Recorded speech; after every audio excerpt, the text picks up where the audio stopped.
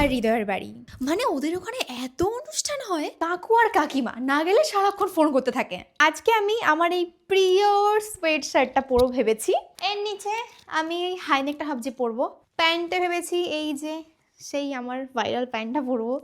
আমার মনে হচ্ছে শুধু এটা পরেই চলে যাই, কারণ এটার লুকটা অনেক সুন্দর লাগছে।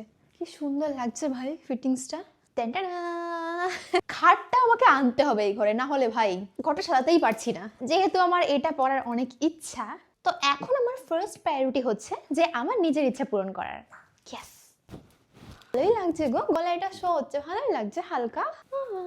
এরম হলে ভালো লাগতো, এরম হলে। আমি এটা এক সাইজ এক্সট্রা বড় নিয়েছি বলে এটা এমন দেখতে লাগছে। আর যাই হোক, এখন আর ছাপড়ে ড্রেস কিনতে পড়ছি না। মজাটা চেঞ্জ করলাম আজকে গাইস। আর যদি আমি একবার হৃদয়কে বলি যে আমি আসছি, ব্যাস ওই তখন থেকে ফোন করা শুরু হবে, কন্টিনিউ এসএমএস এসে যাচ্ছে। মোস্ট আনকমফোর্টেবল থিং যে আমি হেয়ার স্টাইল কি করব। হ্যালো, এত এসএমএস করছো কেন? কোথায়? আমি যাচ্ছি না, মানে ইম্পর্টেন্ট শুট আছে একটা, যাচ্ছি না এখন। যেটা খুশি করবা করো। তোমাদের মনে আছে কিনা জানি না, বাট হৃদয় আমায় সারপ্রাইজ দিয়েছিল। কিউট। এটা পরি কারণ পুরো ম্যাচ হয়ে যাবে ভাই।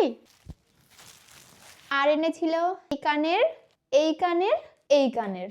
Let's go. Coming soon guys, most requested. ওই হৃদয়, বলো। বাড়ি কবে দেখাবো? গৃহপ্রবেশ। গৃহপ্রবেশ খুব তাড়াতাড়ি পুরো ট্যুর দেবো গাইস, খুব তাড়াতাড়ি। আচ্ছা, আমি চাই যে এই গ্যাপটা আসুক। খুব খুশি আমি মেইনত মন থেকে।